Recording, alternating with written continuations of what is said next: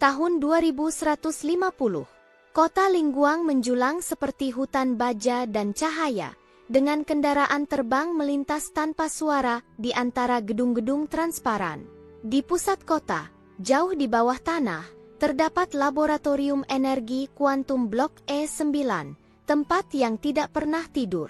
Di sanalah Lin Ruosue berdiri. Tubuhnya gemuk, pipinya bulat, rambutnya diikat asal-asalan karena tak ada waktu untuk berdandan. Jas lab putihnya sudah agak ketat di bagian lengan, namun mata itu, tajam dan penuh fokus. Di hadapannya melayang layar holografik biru, dipenuhi rumus kompleks dan grafik energi yang berdenyut seperti jantung. Stabilisasi medan sudah mencapai 98%, gumamnya pelan. Sedikit lagi. Di sudut ruangan, sebuah kapsul logam setinggi 2 meter berdiri tegak. Di dalamnya berputar cahaya aneh, seperti pusaran waktu yang terlipat. Itulah mesin rekonstruksi waktu, proyek yang ia bangun selama 12 tahun, sejak suaminya meninggal dan meninggalkannya membesarkan anak sendirian. "Bu, kapan ibu pulang?" Suara kecil terdengar dari komunikator di pergelangan tangannya. Wajah seorang anak laki-laki berusia 8 tahun muncul, dengan mata besar penuh harap. Ruosue melembut seketika. "Sebentar lagi, Xiao Chen. Ibu janji, setelah ini selesai, kita bisa makan malam bersama. Kamu mau sup rumput laut atau ayam sintetis?" Anak itu tersenyum. "Sup buatan ibu." "Baik." Ruosue tersenyum balik. "Tunggu ibu." Komunikator mati. Ruosue menarik napas panjang. "Aku harus hidup. Untuk dia." Tiba-tiba, pintu laboratorium terbuka dengan suara desis. "Profesor Lin," sebuah suara laki-laki terdengar. "Masih bekerja sampai larut malam seperti biasa?" Ruosue menoleh. Dr. Han Yizhou, rekan penelitinya sekaligus wakil direktur proyek, berjalan masuk sambil tersenyum ramah. Jas hitamnya rapi, matanya menyipit penuh perhitungan. "Kau datang cepat sekali," jawab Ruosue tanpa menurunkan kewaspadaan. "Data inti belum aku unggah." "Justru itu," kata Han sambil mendekat. "Direksi ingin melihat hasil akhirnya. Mesin ini terlalu berharga untuk hanya dikendalikan satu orang." Ruosue mengerutkan kening. "Perjanjian awal jelas. Aku pemimpin proyek. Tanpa izinku, mesin ini tidak boleh diaktifkan." Han tertawa kecil. "Profesor Lin, kau terlalu polos. Dunia ini tidak digerakkan oleh perjanjian, tapi oleh kepentingan." Seketika, lampu laboratorium berkedip. "Han Yizhou," suara Ruosue menegang. "Apa yang kau lakukan?" Han berhenti tepat di depan panel utama dan menekan perintah rahasia. Layar berubah merah. Alarm meraung. "Penguncian sistem dilepas," kata Han dingin. "Terima kasih atas 12 tahun kerja kerasmu. Mulai sekarang, mesin rekonstruksi waktu ini milik konsorsium." "Kau gila." Ruosue berlari ke panel. Medan belum stabil. Jika dipaksa, akan ada ledakan. Han menyeringai. "Tenang saja, selalu ada kambing hitam. Seorang ilmuwan wanita gemuk yang terlalu ambisius. Siapa yang akan membelanya?" Kata-kata itu menghantam lebih keras daripada tamparan. "Jadi, kau memanfaatkan semua ini?" Suara Ruosue bergetar, bukan karena takut, tapi marah. "Aku mempercayaimu." "Kesalahan terbesarmu," jawab Han datar. Detik berikutnya, seluruh laboratorium bergetar. Cahaya putih menyilaukan menyembur dari kapsul mesin. Suhu melonjak tajam. Reaktor inti overload. 10 detik menuju kehancuran. Suara AI laboratorium memperingatkan. Han mundur cepat ke pintu darurat. "Sampai jumpa, Profesor Lin. Terima kasih atas pengorbananmu." Pintu tertutup. Ruosue sendirian. Asap memenuhi ruangan. Panel kendali rusak. Namun di tengah kekacauan itu, Ruosue justru menjadi sangat tenang. Ia teringat wajah Xiao Chen. "Terima kasih atas pengorbananmu?" "Tidak," gumamnya. "Aku belum selesai." Dengan langkah tertatih, ia menuju kapsul mesin. Tangan gemuknya bergerak cepat, mengaktifkan protokol tersembunyi, mode rekonstruksi pribadi, fitur yang bahkan Han tidak tahu. Jika aku tak bisa hidup di dunia ini, katanya lirih, maka aku akan hidup di dunia lain. Cahaya menelan tubuhnya. Rasa sakit luar biasa menyambar, seperti seluruh selnya diremas dan ditarik keluar dari waktu. Dalam detik terakhir sebelum kesadarannya lenyap, Ruosue berbisik, "Xiao Chen, ibu akan kembali. Entah bagaimana caranya." Ledakan mengguncang laboratorium dan dunia Lin Ruosue, ilmuwan, ibu, perempuan yang selalu diremehkan, pun runtuh. Rasa dingin menusuk tulang. Itulah sensasi pertama yang dirasakan Lin Ruosue saat kesadarannya kembali. Bukan dingin steril laboratorium, melainkan dingin lembab yang merayap dari lantai ke kulit, seperti tangan-tangan tak kasat mata yang menahan tubuhnya agar tak bangun. Oh! Kelopak matanya terasa berat. Saat akhirnya terbuka, yang terlihat bukanlah langit-langit logam atau lampu holografik, melainkan balok kayu tua berwarna hitam, penuh retakan dan sarang laba-laba. Di mana ini? Suara yang keluar membuatnya terdiam. Itu bukan suara dirinya.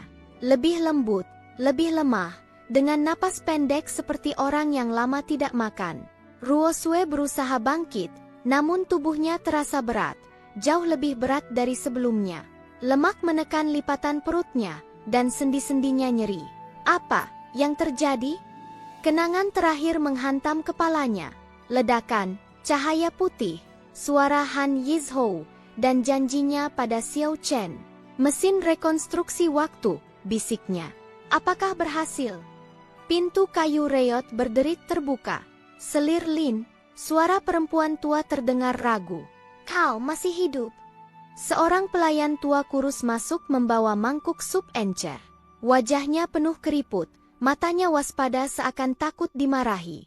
Ruosue menatapnya linglung. "Selir?"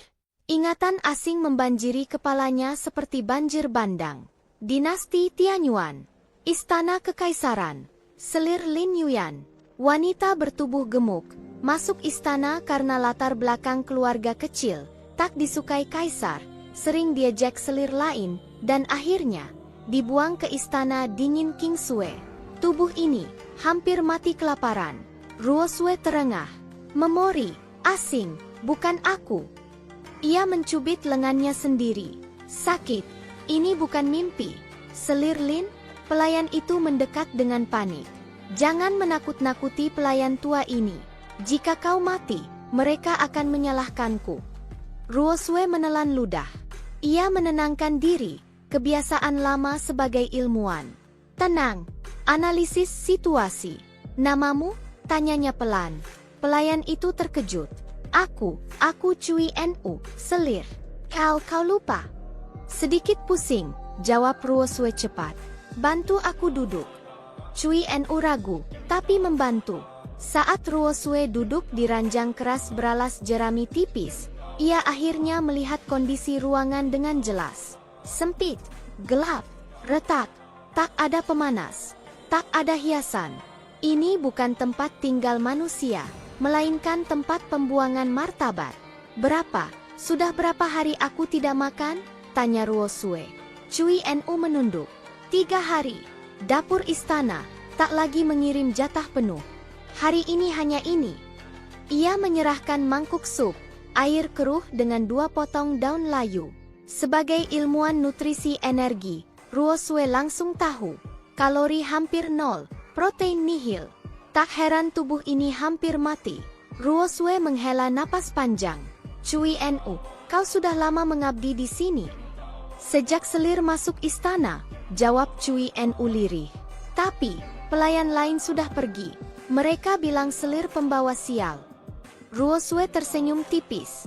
Di dunia masa depan, ia disebut ilmuwan gila. Di dunia ini, ia disebut Selir pembawa sial. Konsisten sekali.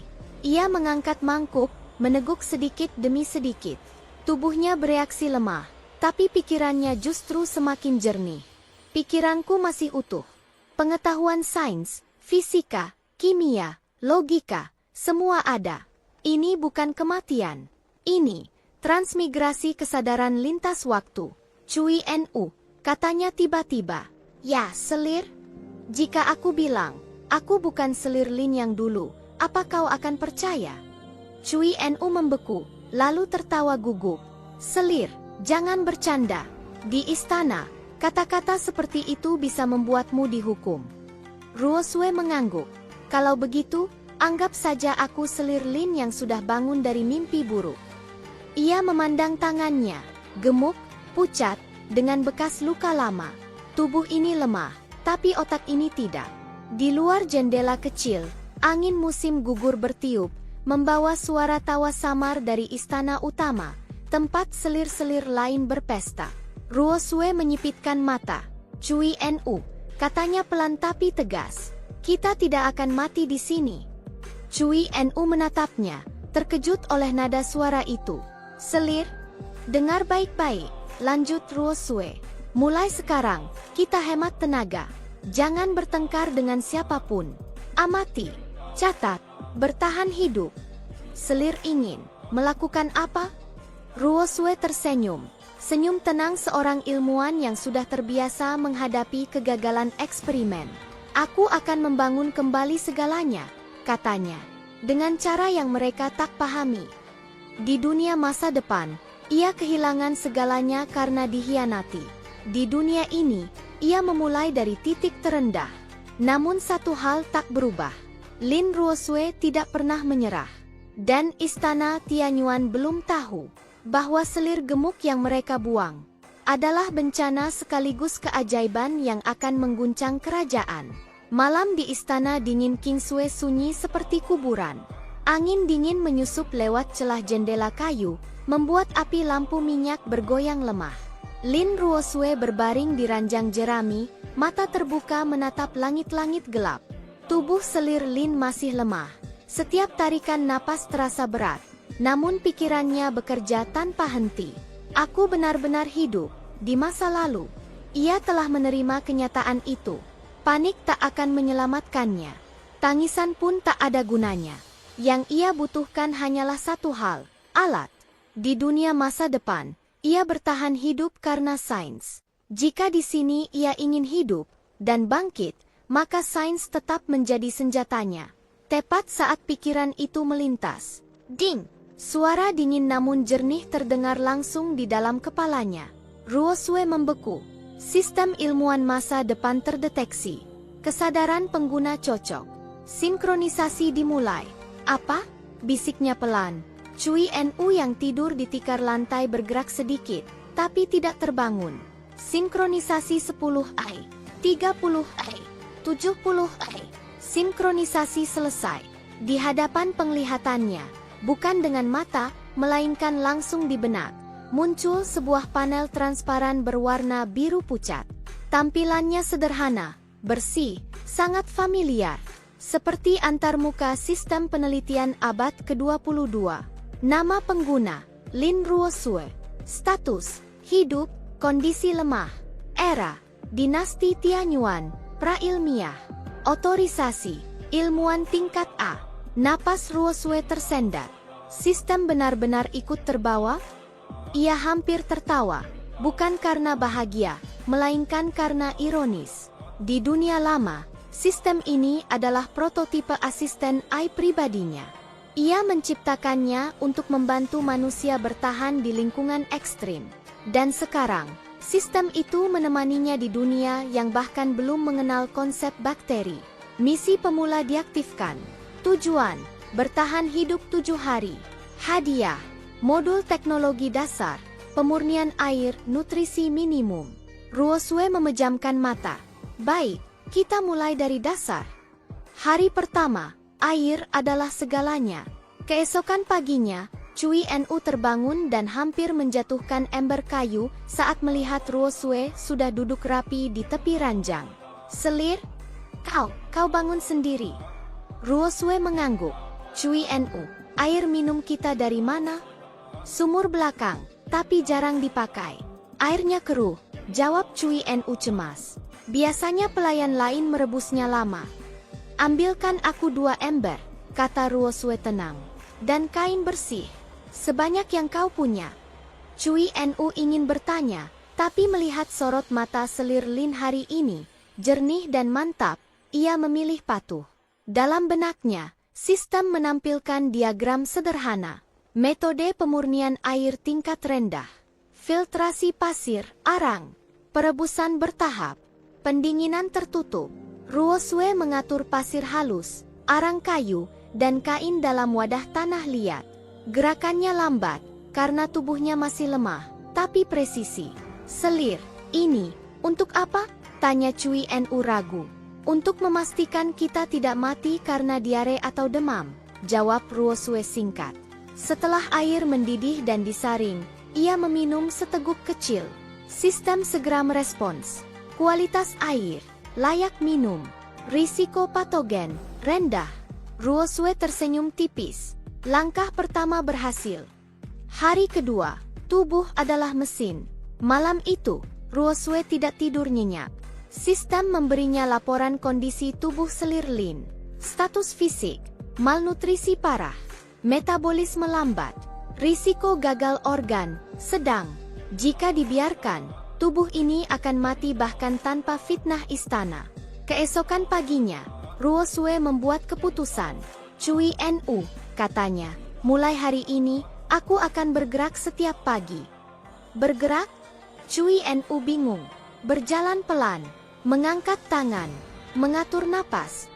Ia memulai dengan gerakan sederhana, mengangkat lengan, memutar bahu, menarik napas perlahan. Peluh dingin membasahi dahinya hanya dalam hitungan menit. Sakit, berat, namun terukur. Aktivitas fisik terdeteksi.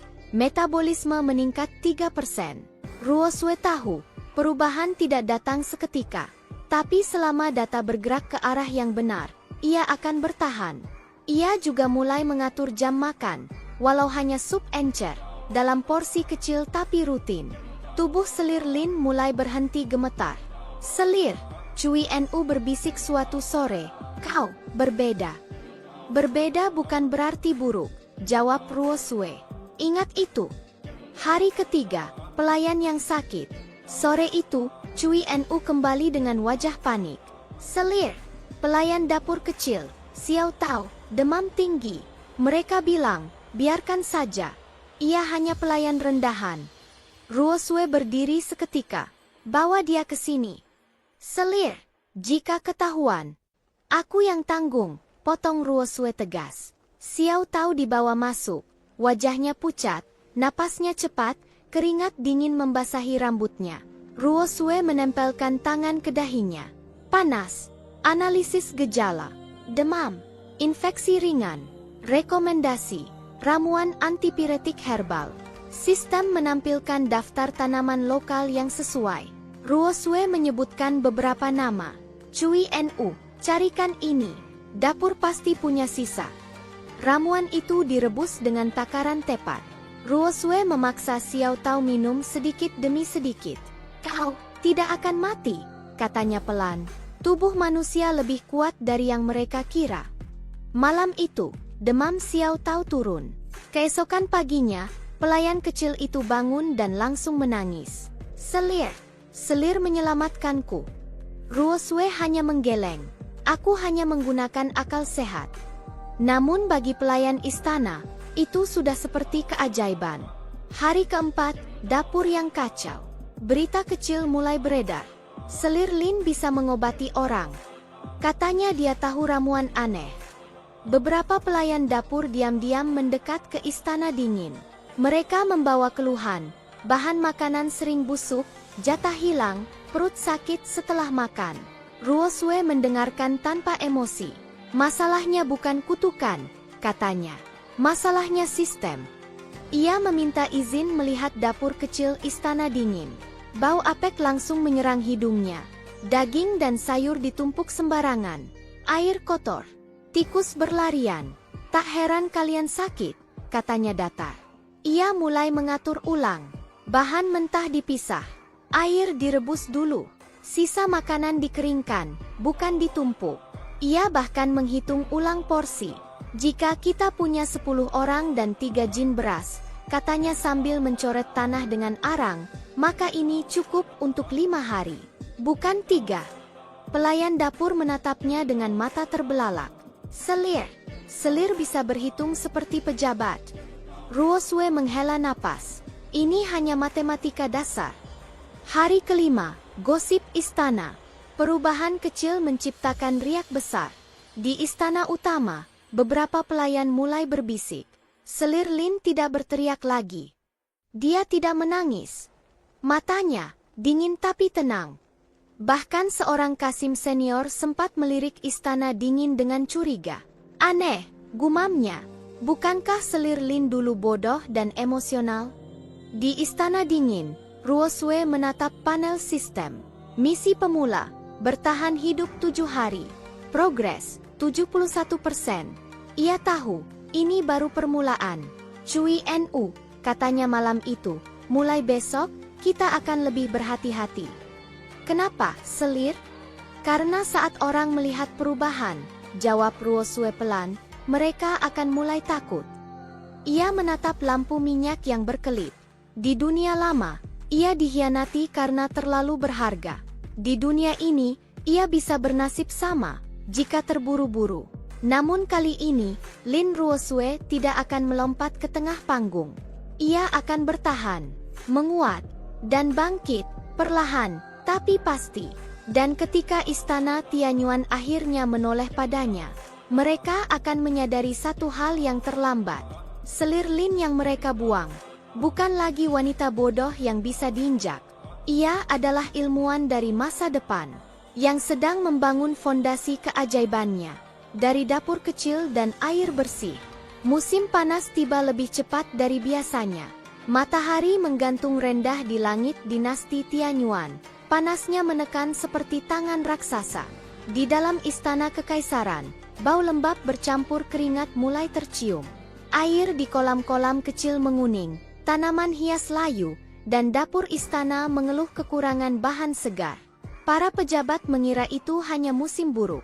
Namun Lin Ruosue tahu, ini adalah awal bencana. Tanda-tanda yang diabaikan.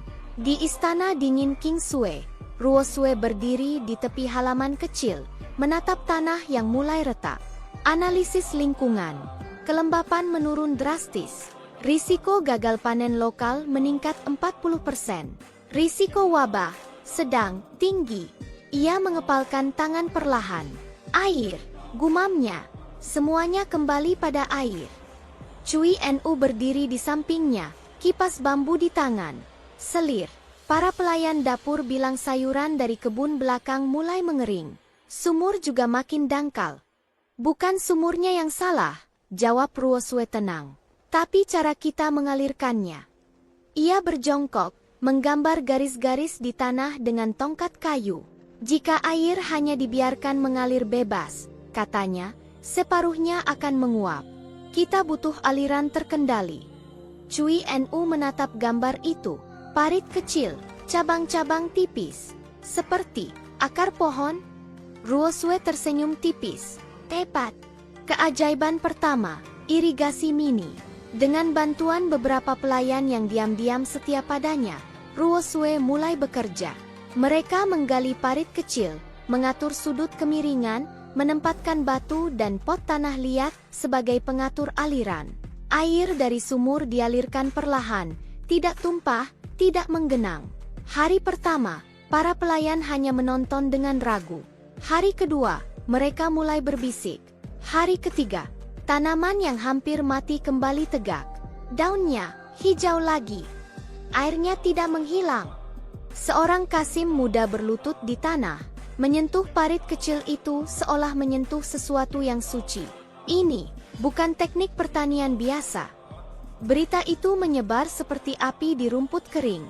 Tak lama kemudian, kepala dapur istana datang sendiri ke istana dingin. Wajahnya penuh keringat dan ketegangan. Selir Lin, katanya dengan suara tertahan. Bolehkah teknik ini diterapkan di kebun istana utama? Ruosue menatapnya lama. Ia tahu, ini momen berbahaya. Terlalu menonjol bisa mengundang kecemburuan. Namun ia juga tahu, jika ia menolak, banyak orang akan menderita. Boleh, jawabnya akhirnya. Tapi ikuti caraku. Jangan ada yang diubah. Kepala dapur membungkuk dalam-dalam. Perintah selir, seperti titah langit. Keajaiban kedua, gandum yang tidak membusuk.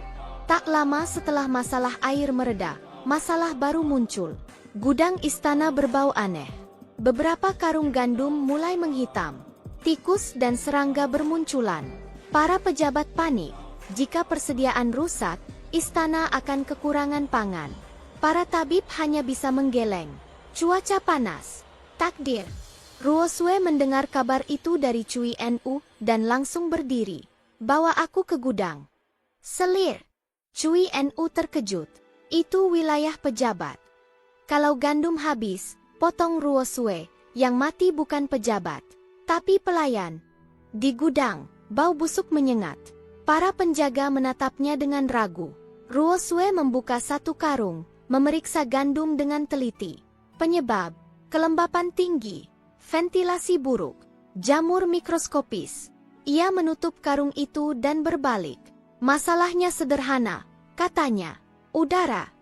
Ia memerintahkan agar gandum dijemur bergiliran, gudang dibuka pada jam tertentu, dan abu kayu halus ditaburkan tipis sebagai penyerap lembab. Seorang pejabat tertawa sinis. Abu? Itu kepercayaan desa. Ruosue menatapnya dingin. Kalau gagal, potong kepalaku. Kalau berhasil, diam. 3 hari kemudian, gandum berhenti membusuk. Seminggu kemudian, persediaan stabil. Pejabat itu tidak pernah tertawa lagi. Bencana yang nyaris menghancurkan istana. Namun keajaiban sejati datang bersama ketakutan. Suatu malam, lonceng darurat berbunyi. Pelayan jatuh sakit satu persatu. Demam tinggi, luka kecil membusuk. Bau aneh menyebar di barak pelayan. Wabah! Seseorang berteriak.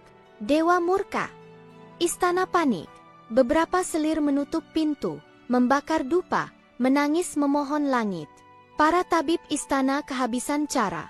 Ruosue berdiri di tengah kekacauan itu, wajahnya pucat tapi pikirannya dingin. Analisis. Infeksi bakteri sekunder. Penyebaran melalui luka terbuka air kotor. Ia mengangkat suaranya, tidak keras, tapi tegas. Dengar aku, katanya. Ini bukan kutukan. Seorang tabib senior menatapnya tajam. Selir Lin, ini urusan medis.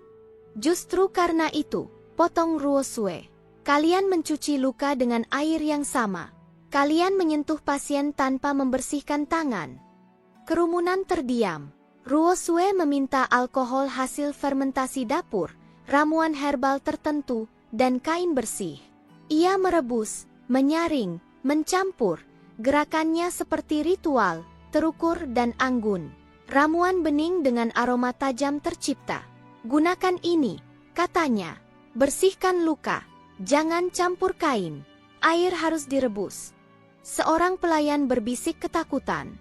Selir, baunya seperti api. Karena ia membunuh yang tak terlihat, jawab Ruosue pelan. Malam itu, ia tidak tidur. Ia berpindah dari satu pasien ke pasien lain. Tangannya gemetar, tubuhnya kelelahan, namun matanya menyala.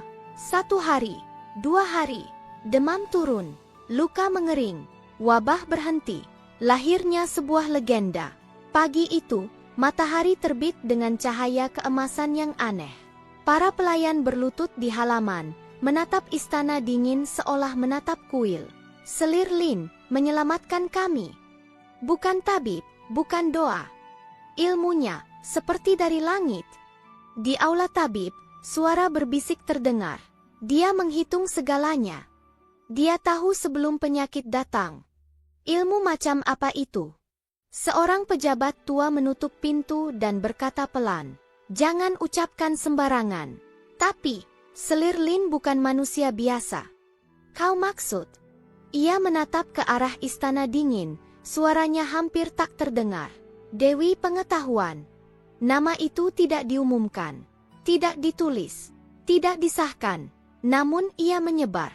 Dari pelayan ke Kasim, dari tabib ke pejabat. Seperti doa rahasia.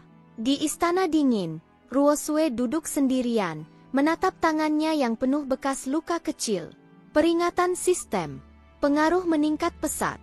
Risiko perhatian tinggi. Ia menghela napas. Aku tahu, gumamnya. Ia tidak ingin disembah. Ia hanya ingin bertahan.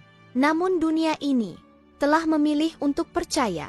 Dan ketika kepercayaan lahir, keajaiban bukan lagi sesuatu yang bisa disembunyikan. Di balik dinding istana, di bawah langit dinasti Tianyuan, nama Selir Lin mulai bergaung. Bukan sebagai wanita terbuang, melainkan sebagai kekuatan yang tak bisa dijelaskan. Dan istana kekaisaran tidak akan pernah sama lagi. Babak itu dimulai tanpa guntur, tanpa teriakan, hanya dengan bisik. Bisik-bisik yang merayap di balik tirai sutra, menyusup ke telinga Kasim, lalu naik ke aula dalam seperti racun tak berwarna. Nama Selir Lin disebut-sebut bukan lagi dengan rasa kagum, melainkan dengan nada waspada. Terlalu cepat, terlalu tepat, terlalu tahu. Dan di pusat semua bisik itu, Selir utama Yao duduk tegak di istana Phoenix, jemarinya mencengkeram cangkir teh hingga kuku merahnya memutih. Mustahil, katanya akhirnya, suaranya dingin. Tak ada wanita bodoh yang berubah secepat itu. Pelayan kepala menunduk. Yang mulia, para tabib kini mengikuti perintah Selir Lin lebih dulu. Bahkan kepala dapur. Cukup. Cangkir teh diletakkan keras di meja. Selir utama Yao menatap pantulan wajahnya di permukaan cairan. Selama 20 tahun ia bertahan di istana ini dengan satu hukum tak tertulis, yang tak bisa dikendalikan, harus disingkirkan. Dan Selir Lin sudah melampaui kendali. Jika bukan ilmu sesat, gumamnya pelan, maka apa lagi? Malam itu, sebuah memorial rahasia diserahkan ke tangan kaisar. Isinya singkat, namun mematikan. Selir Lin Yuan mempraktikkan ilmu asing. Bukan tabib, bukan tao. Mengacaukan tatanan istana. Mengelabui rakyat dengan keajaiban palsu. Mohon sidang dibuka demi keamanan kerajaan. Ketika perintah sidang turun, istana dingin King Sui sunyi. Cui Nu berlutut gemetar di hadapan Ruo Sui. Selir, mereka memanggilmu ke aula Taiji. Sidang penuh. Ini pertanda buruk. Ruo Sui sedang mengeringkan kain yang baru direbus. Tangannya berhenti sesaat, lalu melipat kain itu rapi. Apa tuduhannya? Tanyanya tenang. Ilmu sesat, bisik Cui Nu, nyaris menangis. Mereka bilang Selir memanggil roh, mencemari istana. Ruo Sui mengangguk pelan. Tidak terkejut. Sejak awal ia tahu, keajaiban tanpa penjelasan selalu berakhir seperti ini. Bantu aku berpakaian, katanya. Sederhana saja. Selir, setidaknya pakailah perhiasan. Tidak, potong Ruo Sui lembut tapi tegas. Hari ini, aku tidak perlu tampak agung. Aku hanya perlu, benar. Aula Taiji penuh. Para pejabat berbaris seperti dinding manusia. Tabib istana berdiri di sisi kiri, wajah tegang. Para selir duduk di balik tirai, bayangan mereka bergetar oleh api obor. Di singgasana tinggi, Kaisar Zhao Mingyuan duduk tanpa ekspresi, tatapannya tajam seperti pedang yang belum terhunus. Ketika Selir Lin masuk, aula yang riuh itu, sunyi. Ia berjalan perlahan. Tubuhnya masih berisi, jubahnya sederhana tanpa sulaman emas. Namun langkahnya stabil, punggungnya tegak, matanya lurus ke depan. Tidak menunduk, tidak menantang, hanya tenang. Selir Lin Yuan, suara pejabat pengadil menggema. Kau dituduh menggunakan ilmu sesat untuk mengelabui istana, mencampuri urusan medis dan pangan tanpa izin, serta menyesatkan pelayan dan rakyat. Apa kau mengakui? Ruo Sui berhenti di tengah aula. Ia berlutut, satu lutut, sesuai tata krama, lalu mengangkat kepala. Aku tidak, katanya. Suara itu tidak keras, tapi jelas. Dan entah bagaimana, terasa lebih berat daripada teriakan. Selir utama Yao bangkit dari kursinya. Kalau begitu, katanya dengan senyum tipis, jelaskan pada Yang Mulia, bagaimana kau menyembuhkan wabah tanpa mantra, tanpa doa, tanpa jimat? Jangan bilang, hanya kebetulan. Beberapa pejabat mengangguk setuju. Kata kebetulan terdengar seperti ejekan. Ruo Sue memandang selir utama Yao, lalu beralih ke kaisar. Yang mulia, katanya perlahan, izinkan aku bertanya. Jika seorang petani tahu kapan hujan turun, apakah ia memanggil langit? Aula bergeming. Kaisar bijak tentu tahu, lanjut Ruo Sue. Petani itu hanya mengamati tanda-tanda. Berani sekali, dengus seorang pejabat. Kau menyamakan dirimu dengan langit. Tidak, jawab Ruo Sue. Aku menyamakan diriku dengan orang yang mau berpikir. Desah kaget terdengar. Kaisar mengangkat tangan. Biarkan dia bicara. Selir utama Yao mengepalkan tangan di balik lengan jubahnya. Ruo Sue berdiri penuh. Aku tidak menggunakan ilmu sesat. Aku menggunakan hal yang bisa diuji. Diuji, ulang tabib senior sinis. Ilmu sejati datang dari kitab dan leluhur, bukan dari mulut wanita terbuang. Ruo Sue menoleh padanya. Kalau begitu, izinkan aku membuktikannya di sini. Aula gemuruh. Kaisar menyipitkan mata. Bagaimana caramu membuktikan? Ruo Sue menoleh ke seorang kasim. Bawakan 2 mangkuk air. 1 dari sumur dapur. 1 dari air yang telah direbus. Perintah diberikan. Mangkuk datang. Sekarang, lanjut Ruo Sue, bawakan kain bersih. Dan, sepotong daging mentah. Beberapa selir terkejut. Pejabat saling pandang. Ruo Sue mencelupkan kain ke air mentah, lalu mengusap daging. Bau amis langsung menyebar. Ia lalu mencelupkan kain lain ke air rebusan, dan mengusap bagian lain. Yang mulia, katanya, biarkan daging ini disimpan di aula. Kita lihat mana yang membusuk lebih dulu. Itu bukan bukti ilmu sesat, bentak pejabat. Benar, jawab Ruo Sue tenang. Itu bukti kuman. Aula hening. Apa itu, kuman? Tanya Kaisar pelan. Ruo Sue menarik napas. Inilah titik paling berbahaya. Sesuatu yang tak terlihat, katanya, memilih kata hati-hati, namun nyata. Mereka hidup di air kotor, di tangan yang tak dibersihkan. Mereka membuat luka membusuk dan orang demam. Air panas membunuh mereka. Omong kosong. Selir utama Yao berseru. Jika tak terlihat, bagaimana kau tahu? Ruo Sue menoleh. Angin juga tak terlihat. Tapi yang mulia tahu kapan ia datang. Kaisar terdiam. Ruo Sue melanjutkan, suaranya mantap. Aku tidak meminta kalian percaya. Aku meminta kalian mengamati. Ia lalu meminta seorang tabib memeriksa daging itu setelah beberapa waktu. Aula menunggu dengan napas tertahan. Waktu berlalu. Bau busuk muncul lebih dulu dari bagian yang dibersihkan dengan air mentah. Tabib pucat. Ini. Ruo Sue menatap seluruh aula. Bukan doa yang menyelamatkan istana dari wabah. Bukan jimat. Tapi air bersih, tangan bersih, dan logika. Sunyi. Begitu sunyinya hingga suara napas terdengar jelas. Selir utama Yao melangkah maju. Kau terlalu pandai berbicara. Tapi dari mana kau mendapatkan ilmu ini? Tidak ada kitab. Tidak ada guru. Semua mata tertuju pada Ruo Sue. Inilah jebakan terakhir. Ruo Sue menunduk sesaat, lalu berkata pelan, karena tidak semua ilmu ditulis untuk dibaca. Ada yang didapat dengan memperhatikan kehidupan itu sendiri. Jawaban itu tidak melanggar, tidak mengaku, tidak menantang. Kaisar bangkit dari singgasananya. Langkahnya bergema di aula. Ia berhenti di depan daging itu, mengamati dengan saksama, lalu menatap Ruo Sue lama, seolah menimbang bukan hanya kata-katanya, tapi dirinya. Aku tidak melihat ilmu sesat, kata Kaisar akhirnya. Aku melihat seseorang yang menggunakan akal. Aula gemetar. Selir utama Yao memucat. Sidang ditutup. Lanjut Kaisar dingin.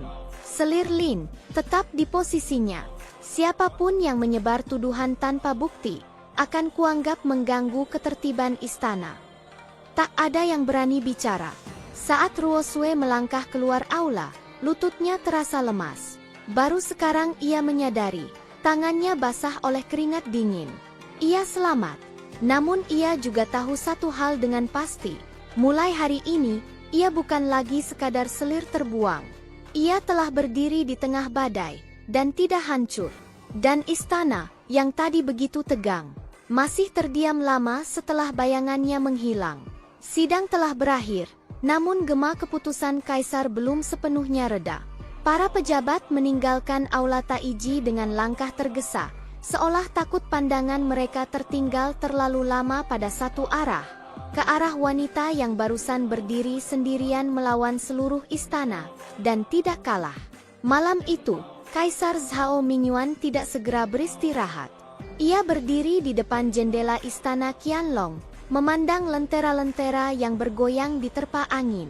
Bayangan wajah selir Lin muncul kembali di benaknya. Bukan kecantikannya, bukan tubuhnya, melainkan ketenangannya. Ketenangan seseorang yang tahu apa yang ia lakukan, dan tahu bahwa kebenaran tidak perlu teriak. Ilmu yang tak tercatat, gumam kaisar, namun menyelamatkan ribuan nyawa.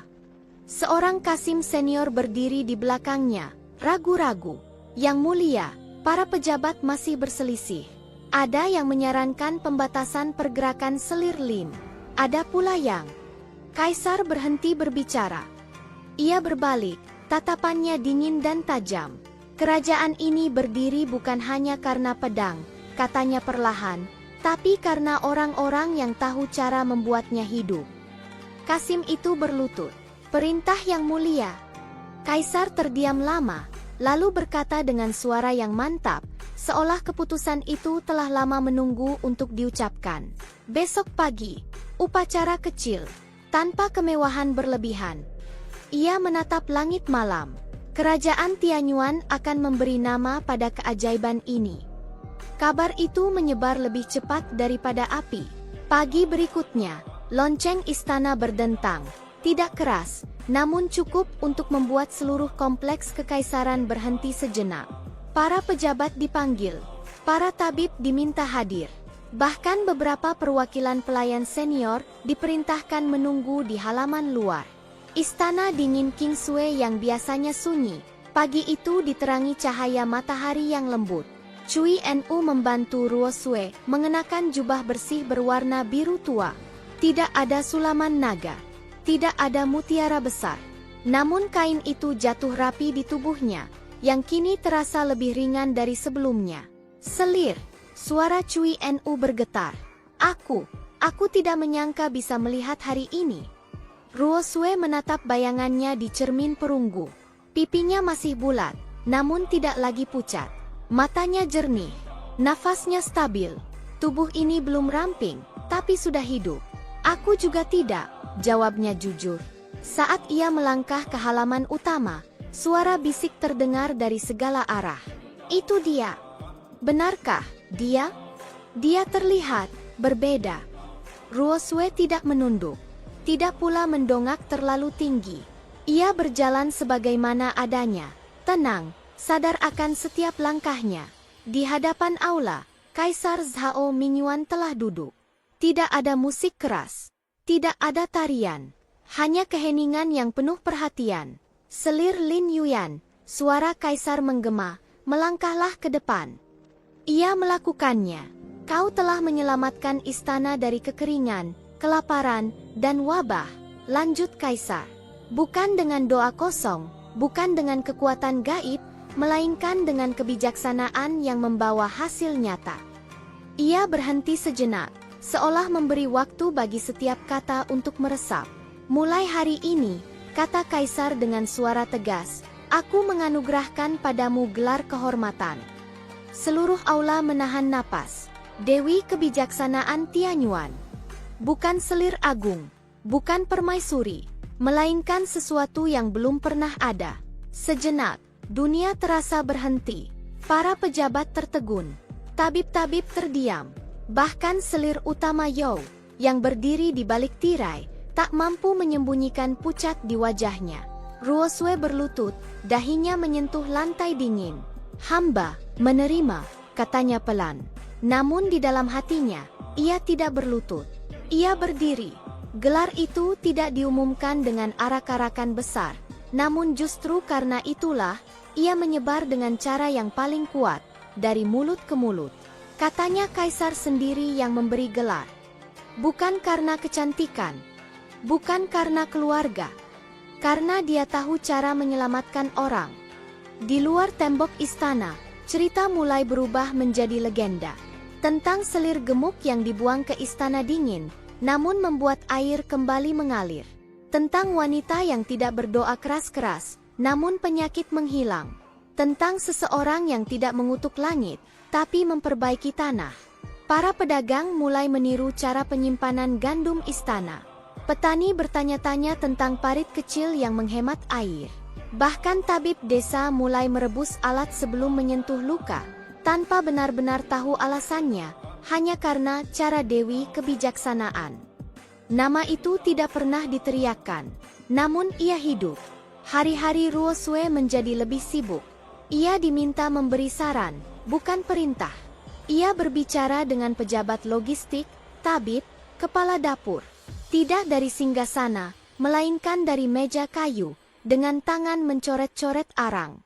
Tubuhnya berubah perlahan, bukan karena dipaksa, bukan karena malu, melainkan karena ritme hidup yang teratur. Ia makan cukup, bergerak cukup, tidur cukup, berat badannya turun sedikit demi sedikit. Namun yang berubah paling jelas bukanlah lingkar pinggangnya, melainkan cara ia berdiri. Punggungnya lurus, langkahnya mantap, tatapannya tidak lagi mencari persetujuan. Suatu sore, Cui Nu memberanikan diri berkata, "Dewi, selir, maksudku, kau terlihat lebih cantik." Ruo Sue tersenyum, "Karena aku hidup." Ia tahu, di dunia lama, ia selalu merasa kecil, terlalu gemuk, terlalu sibuk, terlalu sendirian. Namun di dunia ini, ia tidak dinilai dari cermin. Ia dinilai dari hasil. Dan itu memberinya kebebasan yang tak pernah ia miliki sebelumnya. Malam hari, saat lentera menyala dan istana tenang, Ruo Sue duduk sendiri di beranda. Angin sejuk menyentuh wajahnya. Pemberitahuan sistem, status, stabil, pengaruh, tinggi, jalur masa depan, terbuka. Ia menatap langit penuh bintang. "Aku tidak ingin menjadi dewi," gumamnya pelan. "Aku hanya ingin dunia ini sedikit lebih masuk akal." Namun kadang, keajaiban tidak lahir dari niat menjadi agung. Ia lahir dari seseorang yang memilih berpikir, saat yang lain memilih percaya tanpa bertanya. Di bawah langit dinasti Tianyuan, sebuah gelar telah lahir. Dan bersama gelar itu, lahirlah pula era baru, di mana kebijaksanaan mulai berdiri sejajar dengan kekuasaan. Tidak ada gerhana, tidak ada lonceng istana, tidak ada bisik pelayan. Ancaman itu datang langsung ke dalam pikiran Lin Ruo Sue. Malam telah larut. Istana tenang, hanya suara dedaunan dan langkah patroli Kasim terdengar jauh. Ruo Sue duduk sendiri di ruang kerjanya. Ruang sederhana dengan meja kayu, kertas, dan lampu minyak. Ia sedang menghitung ulang distribusi air untuk wilayah luar ibu kota ketika pandangannya tiba-tiba bergetar. Bukan dunia yang bergerak, melainkan kesadarannya. Peringatan kritis. Anomali temporal terdeteksi. Eksperimen rekonstruksi waktu belum selesai. Tangan Ruo Sue membeku di udara. "Apa maksudmu? Belum selesai?" bisiknya. Layar sistem muncul. Namun kali ini tidak biru tenang seperti biasa. Warna-warnanya berdenyut merah dan putih, seolah sistem itu sendiri berada di bawah tekanan. Pengguna Lin Ruo Sue terdeteksi sebagai variabel kunci. Garis waktu dinasti Tianyuan telah menyimpang 12,7%. Risiko parados meningkat. Ruo Sue berdiri perlahan. Napasnya teratur, namun detak jantungnya meningkat. Penyimpangan. "Karena aku." Konfirmasi, "Ya." Kata itu jatuh seperti palu. Selama ini, ia tahu kehadirannya akan mengubah sejarah. Ia hanya tidak menyangka, perubahan itu cukup besar untuk menarik perhatian dunia yang ia tinggalkan. Deteksi entitas eksternal. Organisasi penjaga Kronos, tingkat akses tinggi. Tujuan, stabilisasi garis waktu. Metode yang disarankan, eliminasi variabel. Ruo Sue tertawa pendek, tanpa humor. "Jadi, Mereka datang untuk membunuhku. Istilah yang lebih tepat, menghapus keberadaan Anda dari era ini. Lampu minyak bergetar, nyalanya mengecil, lalu kembali stabil. Namun bagi Ruosue, ruangan itu terasa tiba-tiba sempit. Penjaga Kronos. Ia mengenal nama itu. Di dunia 2150, mereka adalah organisasi bayangan, penjaga sejarah resmi, penentu mana masa lalu yang boleh diubah, dan mana yang harus tetap berdarah. Mereka tidak peduli pada individu, hanya stabilitas. Apakah mereka sudah ada di era ini? Tanya Ruosue pelan. Belum sepenuhnya termanifestasi. Namun jendela infiltrasi akan terbuka dalam 30 hari lokal. 30 hari. 30 hari sebelum sesuatu, atau seseorang, datang dengan wajah manusia, namun tujuan mesin. Ruosue menutup mata. Untuk pertama kalinya sejak terbangun di dunia ini, ia merasa takut. Bukan pada kematian, melainkan pada pilihan. Opsi yang tersedia. 1. Kembali ke titik asal, tahun 2150. Garis waktu Tianyuan akan distabilkan. Seluruh perubahan yang dipicu pengguna akan terkoreksi. 2. Tetap berada di era ini. Konflik dengan penjaga Kronos tak terelakkan. Risiko kehancuran temporal meningkat. Dikoreksi, gumam Ruosue. Kata itu terdengar lembut, padahal artinya kejam. Ia membayangkan parit-parit air yang ia bangun, mengering. Gudang gandum, membusuk kembali. Pelayan-pelayan yang selamat dari wabah, jatuh sakit lagi. Dan satu wajah muncul paling jelas. Cui Nu. Wanita tua itu, yang pertama kali menyebutnya selir dengan suara gemetar, yang sekarang menatapnya dengan keyakinan penuh. Seolah dunia masuk akal selama Ruosue ada. Jika ia pergi, semua itu akan tidak pernah terjadi. Pintu kayu berderit pelan. Dewi, suara Cui Nu terdengar ragu. Kau belum tidur? Ruosue membuka mata. Wajahnya kembali tenang. Sistem menghilang seketika.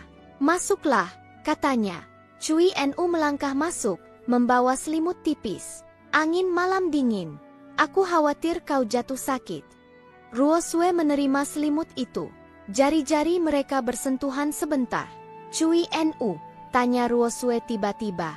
Jika suatu hari aku menghilang, apa yang akan kau lakukan? Cui Nu terkejut. Dewi, kenapa bicara seperti itu? Jawab saja. Wanita tua itu menunduk, berpikir lama. Aku mungkin akan menangis. Lalu aku akan mengingat apa yang kau ajarkan. Merebus air, membersihkan luka, tidak menyerah pada takdir. Ia mengangkat kepala, matanya berkaca-kaca. Karena jika Dewi bisa melawan langit, pelayan tua ini juga tidak boleh lemah. Kata-kata itu menghantam Ruosue lebih keras daripada ancaman sistem. Setelah Cui Nu pergi, Ruosue duduk kembali sendirian. Ia menatap tangannya. Tangan ini pernah memegang alat kuantum, pernah menulis kode yang mengubah dunia. Kini tangan ini memegang kain kasar dan tanah, namun mengubah hidup orang-orang nyata. Waktu tersisa, 29 hari 18 jam. Jika aku kembali, kata Ruosue pelan, apa yang terjadi padaku di masa depan? Status, tidak diketahui. Kemungkinan, interogasi, isolasi, atau terminasi. Ia tersenyum pahit. Jadi bahkan dunia asalku tidak lagi aman.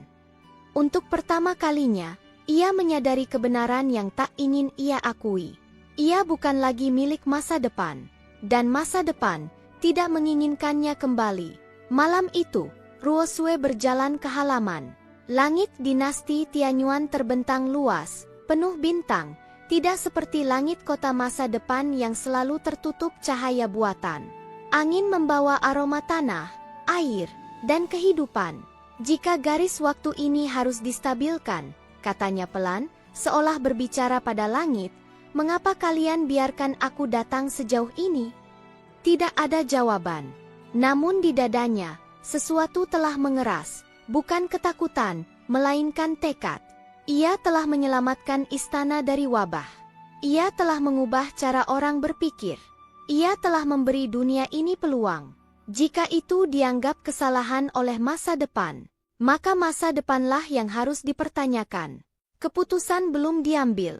Ruosue menatap cahaya lentera yang berayun di kejauhan, tanda kehidupan yang terus berjalan, tanpa peduli paradoks. Aku tidak tahu bagaimana caranya, gumamnya. Tapi aku tidak akan membiarkan mereka menghapus dunia ini begitu saja. Dan jauh di luar jangkauan waktu, sesuatu mulai bergerak. Bukan dengan pedang, bukan dengan doa, melainkan dengan koreksi.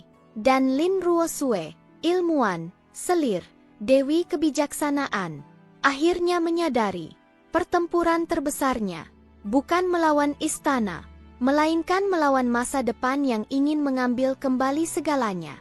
Langit dinasti Tianyuan tampak sama seperti biasanya, biru pucat di siang hari, bertabur bintang di malam hari. Tidak ada tanda-tanda keretakan waktu, tidak ada kilat aneh. Namun Lin Ruosue tahu, waktunya telah habis. Hari ke-30. Ia berdiri di paviliun batu di belakang istana kekaisaran, tempat air mengalir tenang di bawah jembatan kecil.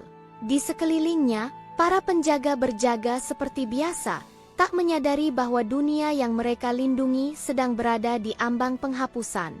Jendela infiltrasi temporal terbuka. Suara sistem terdengar datar, hampir tanpa emosi. Ruosue menghembuskan napas panjang. Akhirnya, udara di hadapannya bergetar.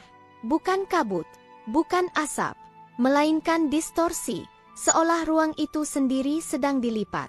3 sosok muncul. Mereka mengenakan pakaian hitam dengan garis perak tipis. Wajah mereka tertutup topeng transparan yang memantulkan cahaya aneh. Tidak membawa senjata konvensional, namun kehadiran mereka membuat bulu kuduk berdiri. Identifikasi. Penjaga Kronos, unit koreksi. Salah satu dari mereka melangkah maju. Suaranya keluar tanpa gema, dingin dan presisi.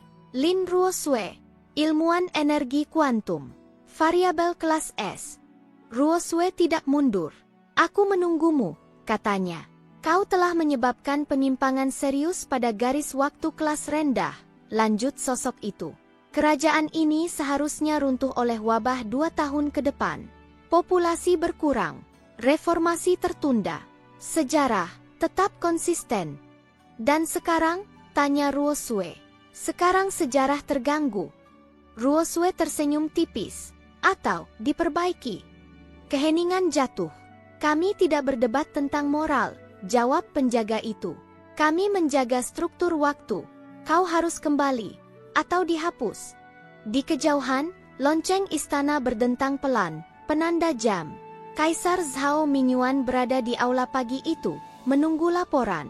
Ia tidak tahu bahwa beberapa langkah dari tempat ia duduk, nasib kerajaannya sedang ditentukan. Ruosue melangkah 1 langkah maju.